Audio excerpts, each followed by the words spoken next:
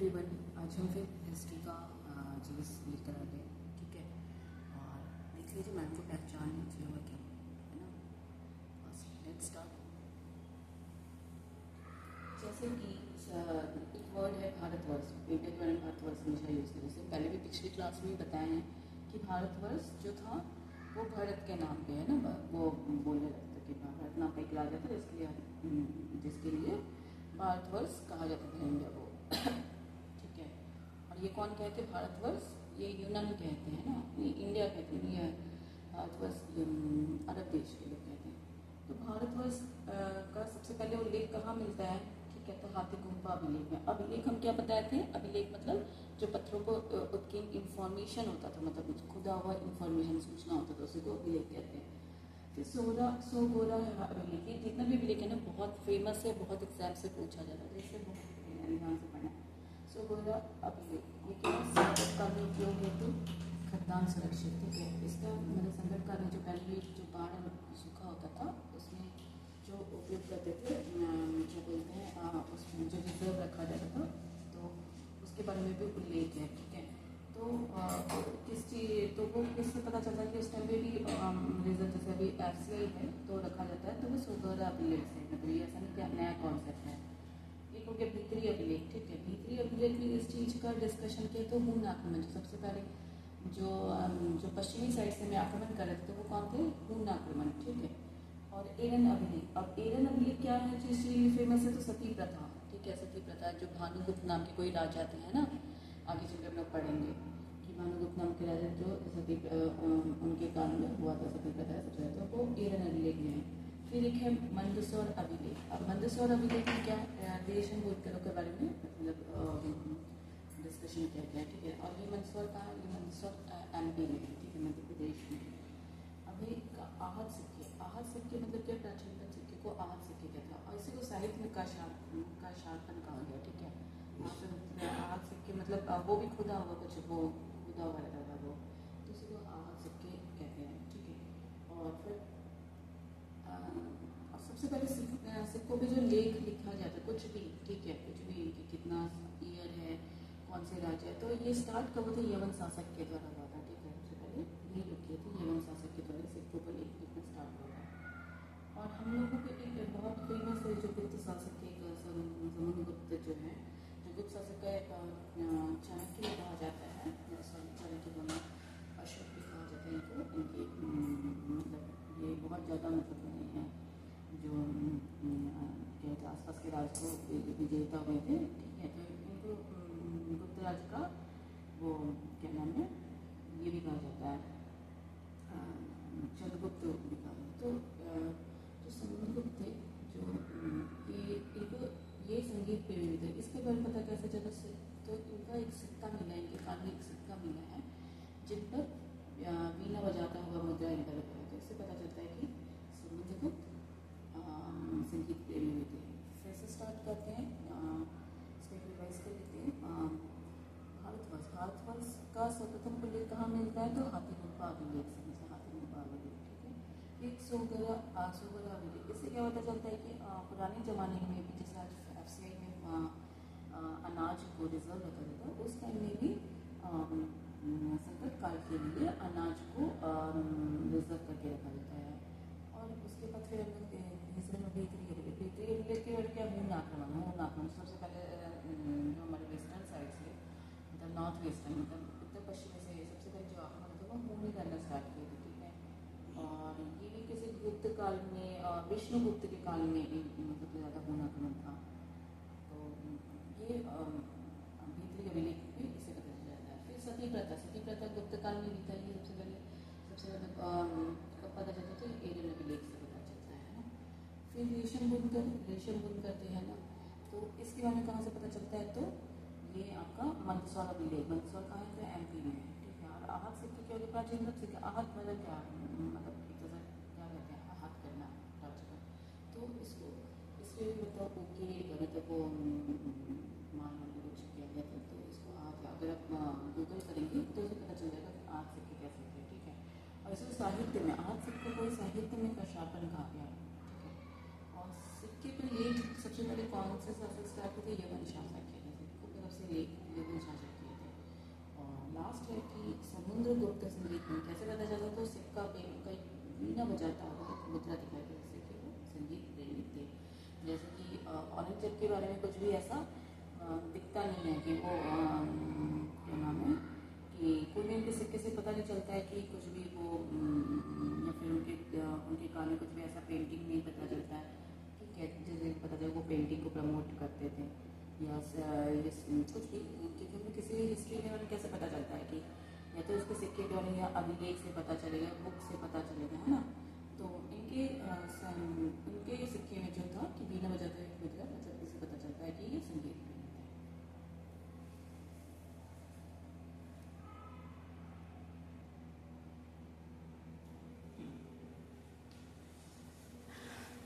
अब हम देखेंगे मंदिरों की शैली, मतलब किस स्टाइल में बनाया जाता है।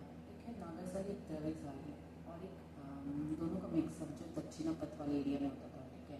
नागर जो उत्तर भारत में होता था, जो नॉर्थ इंडिया में यूज़ किया जाता था, और द्रविड़ शैली जो साउथ इंडिया जो दक्षिण भारत में था। इन दोनों का मिला जुला रूप दक्षिणापथ। दक्षिणापथ एरिया कौन सा हो गया, जो इंडिया के हाफ पार्ट्स के बाद जो आता है, जो भी मैप में अगर देखेंगे तो वो दक्षिणापथ है, मतलब गोवा, आंध्र प्रदेश, ये सारा उस पथ में दक्षिण की तरफ, नाम से पता चल रहा है दक्षिण की तरफ जो पथ रास्ता जा रहा है, तो उसमें नागर और द्रविड़ दोनों शैली का मिक्सअप मिलता था। फिर एक और कॉन्सेप्ट है कि पंचायतन, ठीक है, ये भी मंदिर का शैली है, ये बहुत इंपॉर्टेंट है, क्वेश्चन भी आएगा। तो इसमें क्या है कि एक मेन मंदिर होता था, मतलब मेन मंदिर होता है एक बीच में होकर, उसके चारों तरफ और सहायक मंदिर होता था। एक मेन मंदिर होता है, हेड बड़ा सा होता, बाकी चार तरफ छोटे छोटे मंदिर होते थे।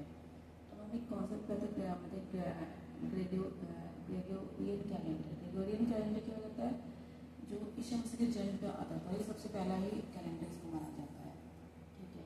और इसमें गिनती क्या होता है, ये पीछे जैसे कि हम गिनते हैं, ऐसे करते हैं कि 583 वर्ष में बुद्ध का जन्म हुआ था, 483 में डेथ हुआ था, है ना। मतलब जो 1 2 3 का होना चाहिए, यहाँ 10 8 9 8 ऐसे करके गिनती चलता है। ईसा मसीह के जन्म से आरंभ को ईसवी सन कहते हैं, ठीक है। फिर एक है पुराण। पुराण भी हम सुनते थे ना, पढ़े थे 18 पुराणों के, तो उसमें कुछ कुछ का खास है जिसको याद रखना है। एक है विष्णु पुराण। विष्णु पुराण किससे, तो मौर्य वंश से रिलेटेड है, ठीक है। और विष्णु पुराण है मौर्य वंश से। और मत्स्य पुराण आंध्र सातवाहन से रिलेटेड, मत्स्य पुराण आंध्र सातवाहन। और एक है वायु पुराण। वायु किससे रिलेटेड है, तो गुप्त वंश से रिलेटेड। वायु पुराण किससे रिलेटेड है, गुप्त वंश।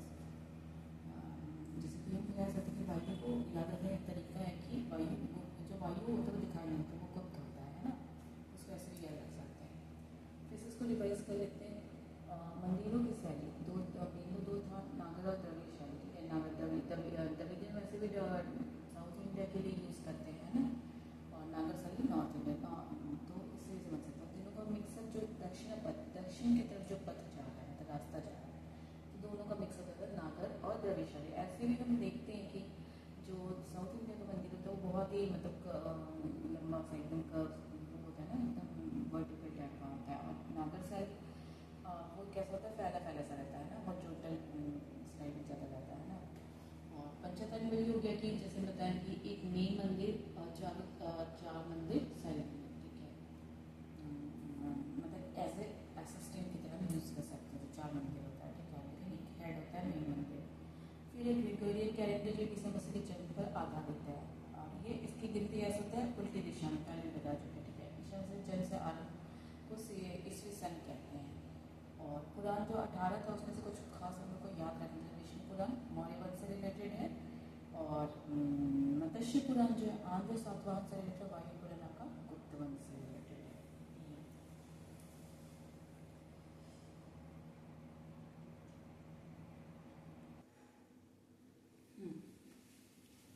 अब ये भी बहुत इंपॉर्टेंट है कि सिटीजन विदेशी यात्री, ठीक है, कब कौन आया, किसके काल में आया, है ना। जैसे आजकल एम्बेसडर होते हैं जो इंडियन फॉरेन सर्विस के होते हैं, वैसे ही उनके इंडियन फॉरेन सर्विस के मतलब कि जो भी कंट्री के थे, तो देश के थे, वो लोग भी अपना राजदूत भेजते थे, ठीक है। जैसे कि टेसियस, ये ईरानी राजवैद था, ठीक है, राजवैद था। और ये मतलब ये भी आया था इंडिया में, ठीक है, ईरानी था लेकिन, ठीक है। मतलब ये भी पूछ सकता है कि कौन था कैसा था, ठीक है, ईरानी था ये। और इनका जो कहानी था ना वो आश्चर्यजनक कहानी थी, ये फेक लग रहा है, ठीक है, आश्चर्यजनक कहानी बहुत सारा मतलब ईरानी राजवैद्य था, लेकिन जो ये बुक वगैरह लिखा तो वो बहुत ही मतलब बहुत ही अचंभित करने जिस पर विश्वास नहीं हो सके, ठीक है। एक है, फिर सेकेंड है हेरोडोटस, इसको इतिहास का पिता कहा जाता है, ठीक है। हेरोडोटस जो है इनको इतिहास का, इनकी पुस्तक है, एक है हिस्टोरिका, ठीक है, इसमें भारत फारस संबंध का उल्लेख है। हिस्टोरिका में भारत फारस यानी कि ईरान वाले एरिया का संबंध का उल्लेख है। ये भी फेक है क्योंकि मतलब उतनी प्रूफ नहीं है, कोई भी मतलब कुछ तो प्रूफ होना चाहिए ना, सिक्के से होना चाहिए, अभिलेख से होना चाहिए, कुछ भी वैसा नहीं है, तो इसको भी फेक माना गया है, ठीक है, वो रख लिया हम अपना, लेकिन फेक माना गया। फिर सिकंदर जो है ये सिकंदर जो बहुत ही फेमस थी 29 में शताब्दी स्थापन की है ना, तो और उस टाइम भारत के कौन थे, महानंद के टाइम में, ठीक है, नंदवंश के टाइम में। तो इनके साथ कौन कौन आया था, ठीक है, इनके साथ बहुत लोग आए थे, नियाकस आए थे, आनिसेक्रेटस आया था, आस्ट्रोबुलस आया था। नियाकस, आनिसेक्रेटस, आस्ट्रोबुलस, ये इसका फैक्ट बेस था, ठीक है, सिकंदर का जो था फैक्ट बेस था। इनका जो भी है नियाकस, इनका जो भी लेख है नियाकस, आनिसेक्रेटस और आस्ट्रोबुलस, ये फैक्ट बेस्ड इनके मतलब जो भी था इन्फॉर्मेशन था। एक है मेगास्थनीज, ये भी बहुत इंपॉर्टेंट है, सेल्यूकस निकेटर का राजदूत था, ठीक है, सेल्यूकस निकेटर का राजदूत था। और आगे हम लोग इनके बारे में पढ़ेंगे ये सब, अभी तो बस ऐसे ही इंट्रोडक्शन टाइप का, ठीक है। और ये किसके काल में आए थे, चंद्रगुप्त मौर्य के काल में आए थे। इनका बहुत फेमस बुक है एक इंडिका, बहुत फेमस, बहुत ज़्यादा, ठीक है। और फिर डायमेकस, एक सीरियन नरेश अंतियोकस का राजदूत था। डायमेकस जो राजदूत था ये सीरियन नरेश अंतियोकस का राजदूत है। इससे हम लोग क्या बोलते हैं, ईरान से हमारा संबंध था, है ना, और ईरान से संबंध था, सीरिया वाले एरिया से, मिडिल ईस्ट वाले एरिया मतलब का है ना। तो सीरियन नरेश अंतियोकस का राजदूत था, बिंदुसार के दरबार में आए थे, ठीक है, बिंदुसार के दरबार में आए थे। फिर डायोनीसियस, ठीक है, मिशनरीज टार्मी फिलाडेल्फस का राजदूत, डायोनीसियस मिशनरीज टार्मी फिलाडेल्फस का अशोक के काल में आया था, अशोक के काल में ही आए थे, ठीक है। और फिर एक टालमी है जो सेकेंड सेंचुरी बाद का भूगोल लिखेगा, टालमी जो है सेकेंड सेंचुरी बाद का भूगोल लिखे, ठीक है। ये अलग है, टालमी फिलाडेल्फस राजा है, और ये टालमी है जो ये मतलब कि ये जो आए थे पॉइंटर्स आए थे वो सेकेंड सेंचुरी में आए थे, और ये बाद का भूगोल भी लिखे थे। फिर से उसको रिवाइज करते हैं। टेसीसिस, ये ईरानी राजदूत था, टेसीसिस, ठीक है, ईरानी राजदूत था, जिसका आश्चर्यजनक कहानी पे बेस्ड था। इसका जो बुक लिखे ये कहानी पे आश्चर्यजनक मतलब थोड़ा फेक टाइप का था। फिर हेरोडोटस, जिसको इतिहास का पिता तो कहा जाता है, ठीक है। और जैसे एक बात और होता है ना, इतिहास में तो कोई भी कुछ भी लिख सकते हैं, इसमें तो कोई प्रूफ नहीं होता, मतलब प्रूफ उसको माना जाता है इसमें सिक्के विक्के से मैच करे, है ना। लेकिन कोई भी जैसे कि अगर मान लो कि अगर अभी नीतीश गवर्नमेंट का ही कोई है ना, अभी जो लिख रहा होगा इनके कार्य, तो आगे चल के वो हिस्ट्री बनेगा, है ना। तो हो सकता है बहुत बड़ा चढ़ा के भी लिख दिया, बहुत वेराइल भी लिखते हैं ना। तो इनका जो था इनका भी फेक टाइप का था, ये भारत फारस के संबंध के बारे में बताता था। फिर सिकंदर जो है, सिकंदर जो आक्रमण किया था नंदवंश के टाइम में, इनका इनके साथ कौन कौन आए थे, नियाकस आए थे, आनिसेक्रेटस आए थे, और आस्ट्रोबुलस आए थे, ठीक है। तो ये बहुत ही फैक्ट बेस्ड था, ये इन्फॉर्मेशन मतलब प्रूफ टाइप का था, ठीक है, कि ये अगर जो भी लिखे तो वो मैच कर रहा था उस टाइम से, जो भी खुदाई वगैरह उससे मैच किया, ठीक है। अब है मेगास्थनीज, ये भी बहुत फेमस है। तो ये सेल्यूकस निकेटर का राजदूत था, सेल्यूकस निकेटर का राजदूत था, ठीक है। आगे चल के इनके बारे में पढ़ेंगे, अभी बस ऐसे ही याद किया जा रहा है, ठीक है। और ये चंद्रगुप्त मौर्य के दरबार में आए थे। चंद्रगुप्त मौर्य जिसके गुरु कौन थे, चंद्रगुप्त मौर्य के गुरु कौन थे, वो कौटिल्य थे, है ना, जिसका पुस्तक लिखा हुआ है अर्थशास्त्र, ठीक है। तो ये सेल्यूकस निकेटर राजदूत आए थे, इनका भी एक फेमस पुस्तक है इंडिका। और ये चंद्रगुप्त मौर्य, ये पुस्तक में क्या है, चंद्रगुप्त मौर्य के काल का ही बारे में उल्लेख है, ठीक है। डायमेकस, सीरियन नरेश अंतियोकस का राजदूत था, ठीक है। डायमेकस जो थे सीरियन नरेश अंतियोकस का राजदूत था, और ये बिंदुसार के काल में आए थे, बिंदुसार के सवाल में आए थे। एक है डायमेकस है, एक डायनोसिस, ये मिशनरीज, ठीक है, ये सीरिया था, ठीक है, सीरियन थे। और ये मिशनरीज टालमी फिलाडेल्फस के बाद ये अशोक के काल में आए थे, ये अशोक के काल में आए थे, ठीक है। टालमी सेकेंड सेंचुरी बाद का भूगोल पुस्तक लिखे थे, टालमी जो सेकेंड सेंचुरी में थे बाद का भूगोल ये है, ठीक है। तो ये थोड़ा फैक्ट बेस्ड ये याद करने वाली चीज़ है, ठीक है, ये सब चीज़।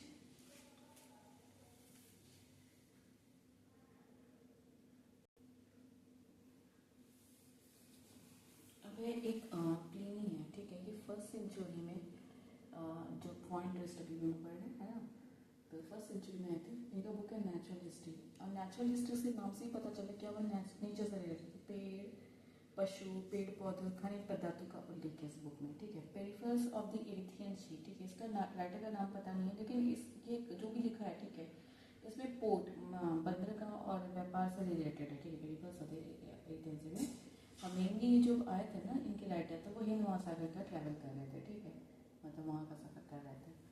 अब ये भी बहुत इंपॉर्टेंट है, चीनी लेखक जैसे फा यांग, ये कब आए थे, तो गुप्त नरेश चंद्रगुप्त सेकंड के टाइम में, और ये एमपी का समाज के बारे में, मध्य प्रदेश के समाज के बारे में बताते हैं, ठीक है, क्योंकि इनका जो था ना वर्चस्व था वो एमपी में ही था चंद्रगुप्त द्वितीय का, ठीक है। फिर संयोगन, ये 518 ईस्वी में आते हैं और ये 3 साल के लिए आए थे, और ये क्या किए थे, इनका मोटिव क्या था, बौद्ध की प्रतिमाओं की, बौद्ध धर्म की प्राप्तियाँ, मतलब जो भी उनसे रिलेटेड जो भी कलेक्शन है उसको प्राप्त करना, ठीक है। और ये एक बहुत फेमस हिंसन कब आए थे, तो ये हर्षवर्धन के काल में आए थे, जो हिंदू राजा, लास्ट हिंदू राजा कहा जाता है ना हिंसन को, तो हिंदू हर्षवर्धन के काल में आता। और ये 629 में 629 में ट्रैवल स्टार्ट किए थे, अपना सफ़र स्टार्ट किए थे। पहुँचते पहुँचते इनको 630 ईस्वी हो गया, और मतलब 1 साल इनको ट्रैवल करने में, क्योंकि उस टाइम जल मार्ग ही था, है ना, तो 1 साल इनको आने जाने में ही लग गया। और 645 में ये चीन फिर लौट कर वापस गए, और ये क्या थे कि अध्ययन करते थे कहाँ पे, तो नालंदा यूनिवर्सिटी में, ठीक है। इनका बुक एक बहुत ही यात्रा वृत्तांत, मतलब यात्रा से रिलेटेड है, CU की, ये बहुत ही फेमस बुक है, और इसमें 138 देशों का उल्लेख है, ठीक, मतलब उसकी यात्रा से रिलेटेड। ये क्या करते थे, पूजा में बुद्ध के तो कहते बुद्ध के उपासक थे, सूर्य शिव की भी पूजा करते थे, और ये जब पढ़ते थे तो उस टाइम कुलपति, जो आजकल वाइस चांसलर कहते हैं ना, तो उस टाइम उस यूनिवर्सिटी का था सिल्वर आजी, ठीक है, वो थे। अब एक है इत्सिंग कौन है, 7वीं सेंचुरी में आए थे। ये नालंदा विक्रमशिला दोनों का उल्लेख करते हैं, यूनिवर्सिटी दोनों का उल्लेख करते हैं, ठीक है। तो बहुत इंपॉर्टेंट है ये, फिर इसको एक बार रिवाइज कर लेते हैं पीने। ये फर्स्ट सेंचुरी में आए थे, ठीक है। इनका बुक है नेचुरल हिस्ट्री, और नेचुरल हिस्ट्री से नाम से ही पता चला, पहले भी बोले कि पशु पेड़ पौधे खनिज पदार्थ से रिलेटेड है, ठीक है ना। पेरिफेरल्स ऑफ द इरिथियन सी, इसके राइटर के बारे में कुछ पता नहीं है मेन, और ये हिंद महासागर के बारे में डिस्कस हो रही है बुक, ठीक है। मतलब बंदरगाह और व्यापार से रिलेटेड बुक है। अब चीनी लेखक, चीनी हम लोग हैं हमेशा ये लगता है कि हमारा बुद्ध धर्म जो इंडिया में बर्बाद हो गया है ना, बहुत लिमिटेड लोग हैं, बट चीन और यहाँ आपके म्यांमार वगैरह में बुद्धिस्ट बहुत ही डोमिनेंट है ना। तो चीनी जो है ये उस टाइम जो लेखक आए थे, जो उस टाइम जो यात्री आए थे, क्योंकि वो बहुत ही प्रभावित थे बुद्ध धर्म से, है ना। तो सबसे पहले फाहियान आए थे, गुप्त नरेश चंद्रगुप्त द्वितीय के दरबार में था, और ये चंद्रगुप्त द्वितीय का बच्चा से कहाँ था, एमपी का था, तो इसलिए एमपी के समाज के बारे में डिस्कस किया, ठीक है। फिर संयोगन जो है 518 ईस्वी में 518 ईस्वी में भारत आए थे, ठीक है। और ये 3 वर्ष की यात्री थे इनका, और बुद्ध धर्म की प्राप्तियाँ प्राप्त किए थे, मतलब उनका मोटिव था बुद्ध धर्म का जो भी नॉलेज को कलेक्ट करना है ना, कलेक्शन को कलेक्ट करना। फिर हिंसन, ये बहुत ही फेमस है, ये हर्षवर्धन जो हम बताए ना कि लास्ट हिंदू राजा के काल में आए थे, है ना। और 629 में ये ट्रैवल स्टार्ट किए थे, और 630 में ये पहुँचे, है ना, और 645 में ये लौट गया। तो ये मतलब इसका मतलब क्या होता है कि ये 1 साल तक ट्रैवल करने में लगा, और ये सफर करने, और ये 15 साल इंडिया में रहे। और ये मेनली क्या है, अध्ययन करता था वेदांत विश्वविद्यालय का, बहुत ही फेमस बुक है CU की, जो कि 138 देशों के बारे में उल्लेख करता है। किसका उपासक थे, तो ये बुद्ध, सूर्य और शिव के उपासक थे। इनके टाइम में जो कुलपति थे कौन थे, सिल्वर दिया थे, बहुत इंपॉर्टेंट है। इत्सिंग 7वीं सेंचुरी में आए थे ये, है ना। और ये नालंदा और विक्रमशिला दोनों यूनिवर्सिटी का उल्लेख करते हैं, और ये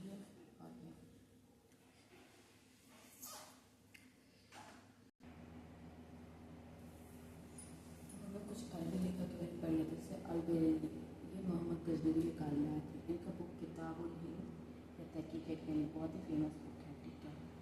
तो एक बार मोहम्मद गजनवी के काल में आए थे। इब्न बतूता, ये बुक लिखी थी लेखा, जो यात्रा वृत्तांत है, अरबी भाषा में लिखा हुआ है, और ये बहुत ही विद्वान, बहुत सारा इनको नॉलेज है। तो इनकी विद्वता से प्रसन्न होकर मोहम्मद बिन तुगलक, जो तुगलक वंश के राजा थे,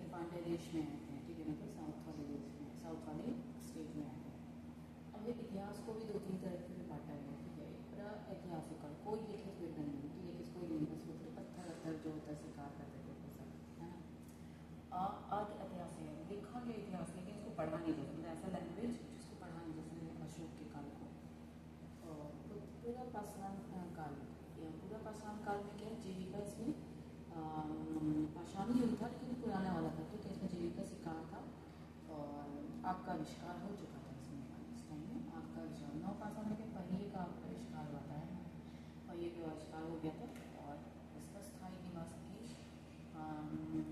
प्रैक्टिकली स्टार्ट हुआ था। लोग मतलब एक परमानेंट सेटलमेंट की तरह रहने लगा, कुत्तों को पालने लगे थे, ठीक है, अपने कामों के लिए, विभिन्न तरह के यूज़ के लिए कुत्तों को पालने लगे थे। फिर इसको रिवाइज करते हैं अल-बेरूनी मोहम्मद गजनवी के काल में थे। इनका फेमस बुक है किताबुल हिलिया तहकीक हिंदी, बहुत ही फेमस बुक है। तो ये तो मेनली उसी के बारे में डिस्कस कर रहे हैं मोहम्मद गजनवी के काल के। फिर एक इबन खुदा है, ठीक है, अरबी लेखक की थी और ये लेला यात्रा वृत्तांत लिखा है जो अरबी भाषा में है ना। और इनकी विद्वता से प्रभावित होकर मोहम्मद बिन तुगलक इनको काजी या न्यायाधीश नियुक्त कर लिए थे। फिर अन्य लेखक में कौन आ गए, तो तिब्बती हो गए। तो इसमें तारानाथ आए थे जो कि इनका पुस्तक है कंज्यूर कंज्यूर है। मार्को पिल्लो एक आए थे, ठीक है, ये इटली से थे। मार्को पिल्लो इटली से था, ठीक है, पांड्य देश में आए थे। पर ऐतिहासिक काल इसको कहेंगे जिसमें कोई लिखित विवरण नहीं, ऐतिहासिक में लिखा गया लेकिन पढ़ा नहीं जा सकता। पूरा पाषाण काल में क्या था कि पाषाण काल में पूरा जिसमें कि जीविका शिकार तो होता, आग का होता, नवपाषाण में पहिए का भी आविष्कार हो गया, ठीक है, अस्थायी निवास की प्रकृति स्टार्ट हुआ और कुत्तों को पालतू